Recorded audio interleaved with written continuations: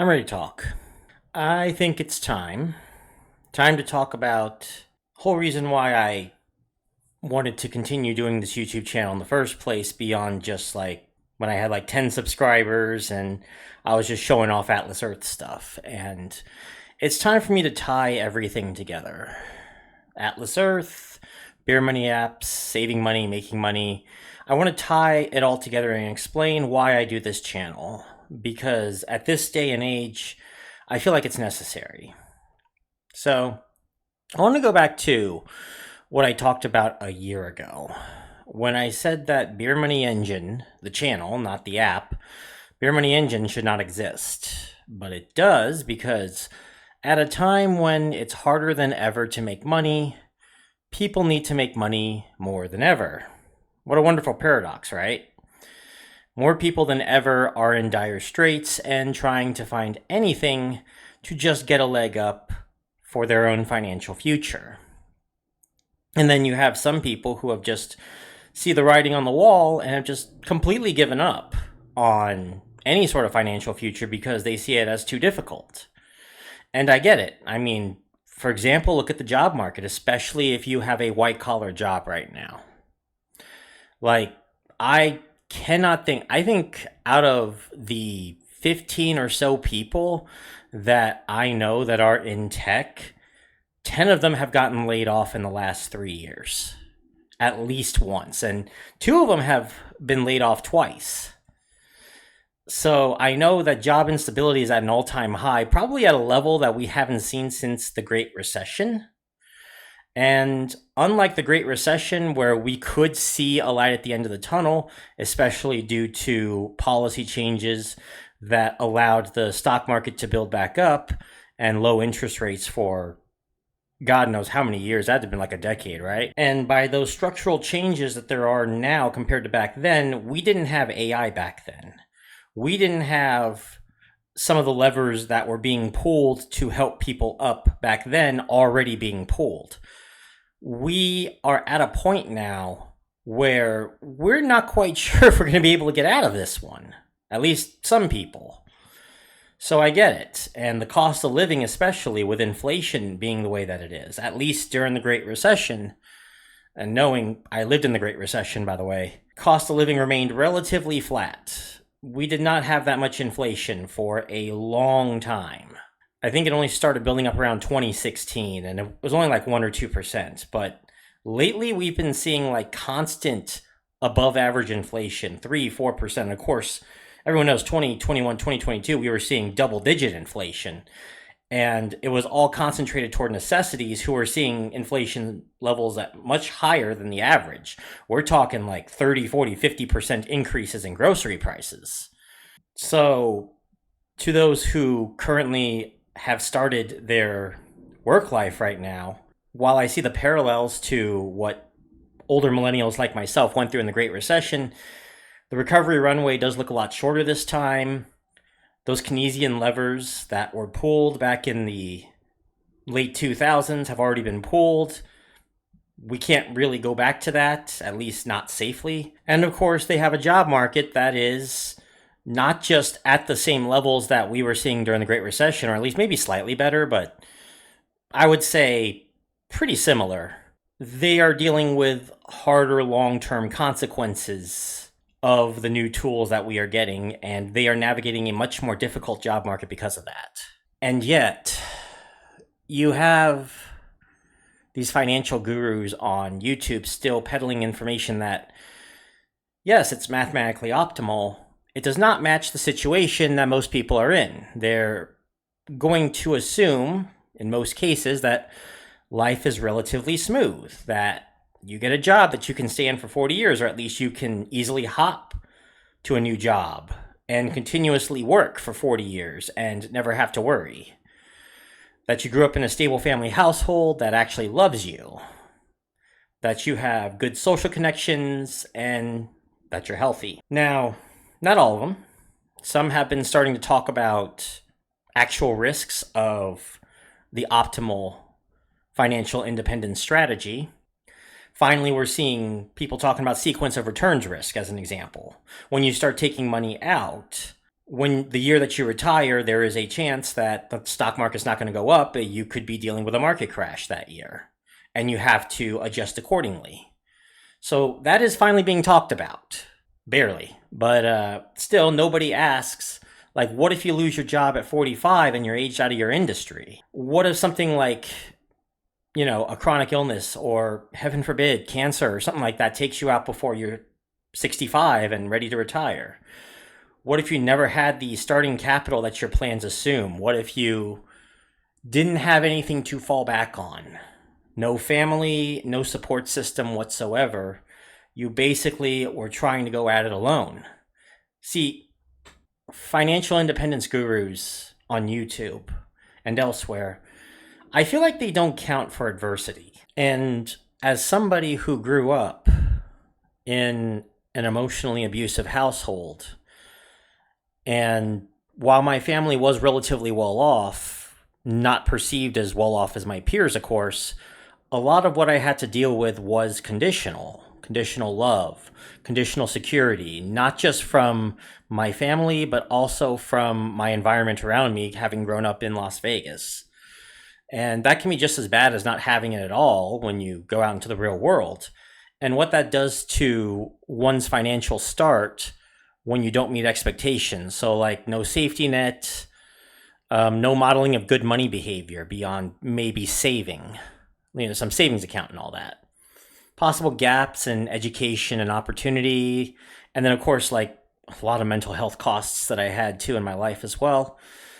And then, certain things like the Great Recession really hurting the tech market beyond Silicon Valley. Las Vegas especially was one of the worst job markets just period at the time. Matter of fact, it was actually way worse than it is right now. And it's pretty bad right now from what I hear, but it's been worse.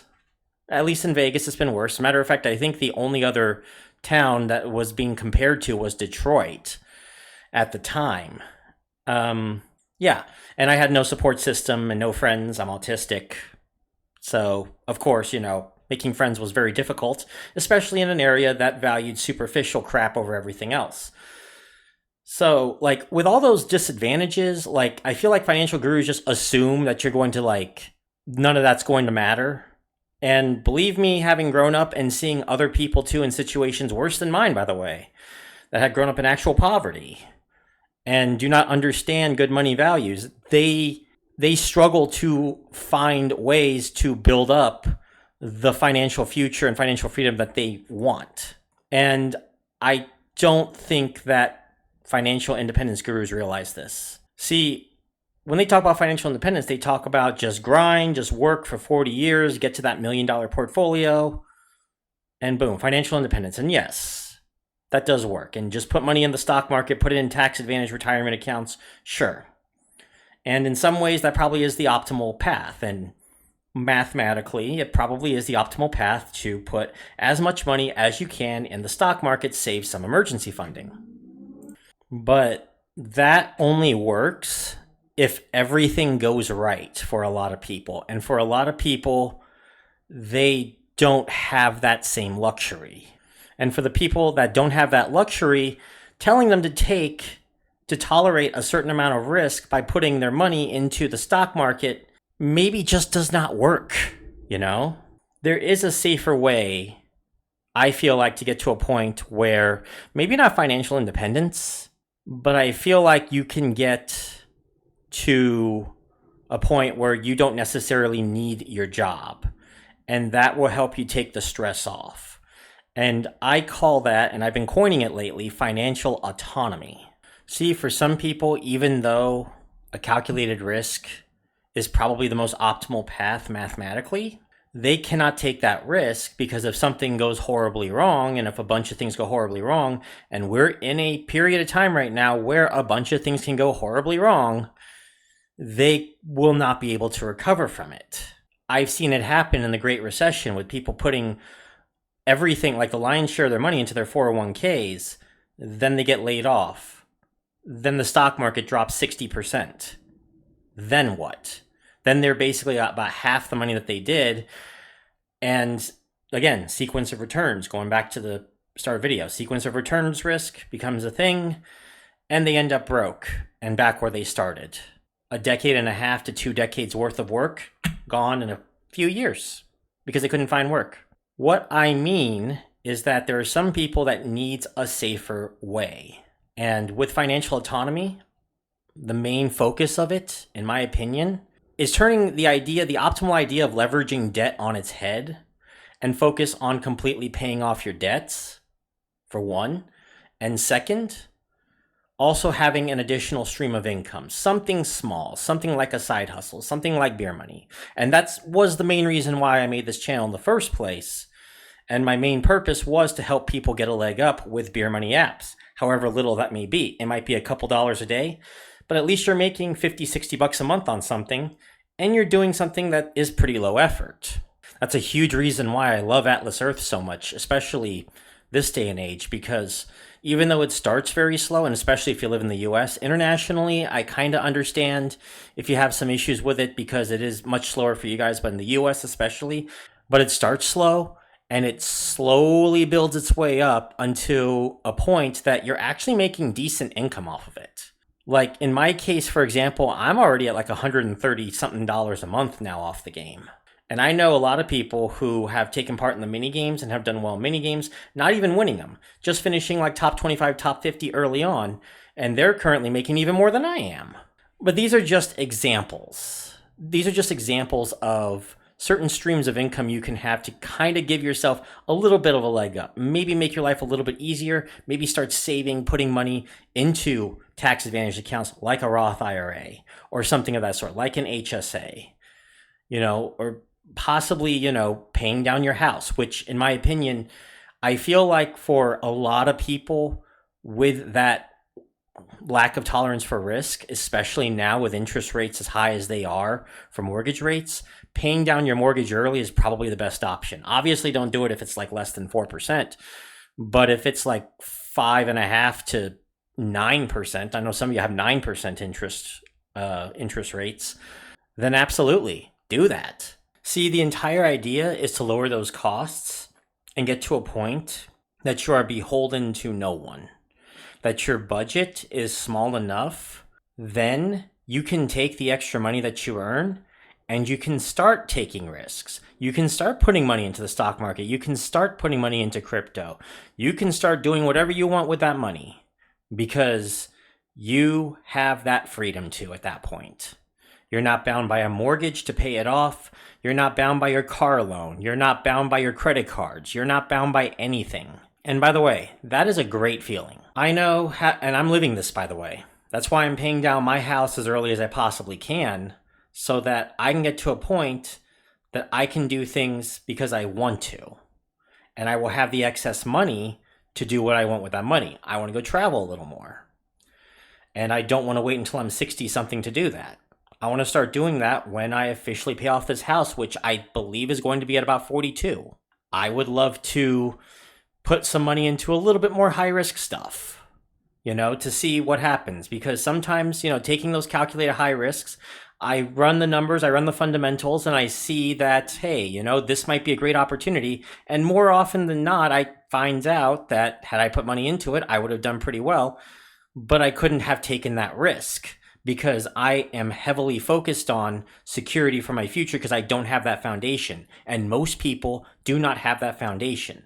Now, I'm sure there are a lot of people that are risk takers, but there are a lot of people out there too. And I think most people are risk averse. And taking those risks, they're going to have a lot more regret when that risk goes horribly wrong than when it goes right. As a matter of fact, there's an actual psychological thing about it where people have twice the effect of their losses that they do their gains. So the entire point of this channel was to help people out get that first rung on the ladder towards financial freedom.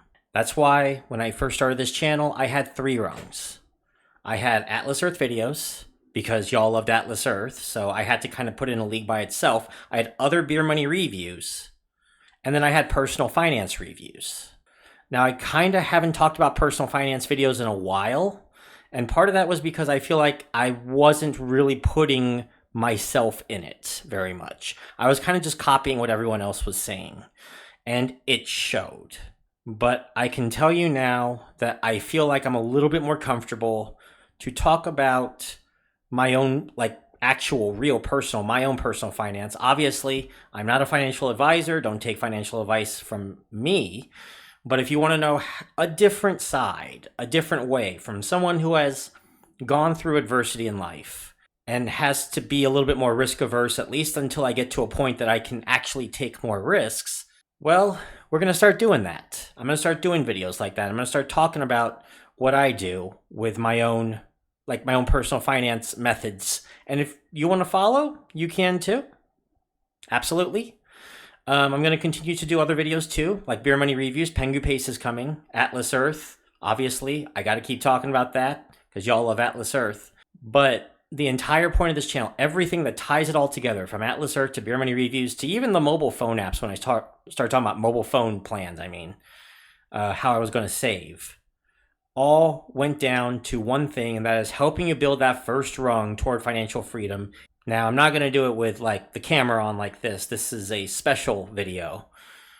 But if this is something that you feel interested in and you haven't subscribed yet, then please, I do ask you to subscribe. I'm trying to get to 10,000 subscribers, and I'm finally giving this channel a bit of direction that I've been meaning to give for the last couple years now. So hopefully you will enjoy the videos coming forward with this. Next video, we'll get started. Well, next week, I should say. I have a couple more videos after this, but next personal finance video, we'll get started. Pharaoh Silver, signing out.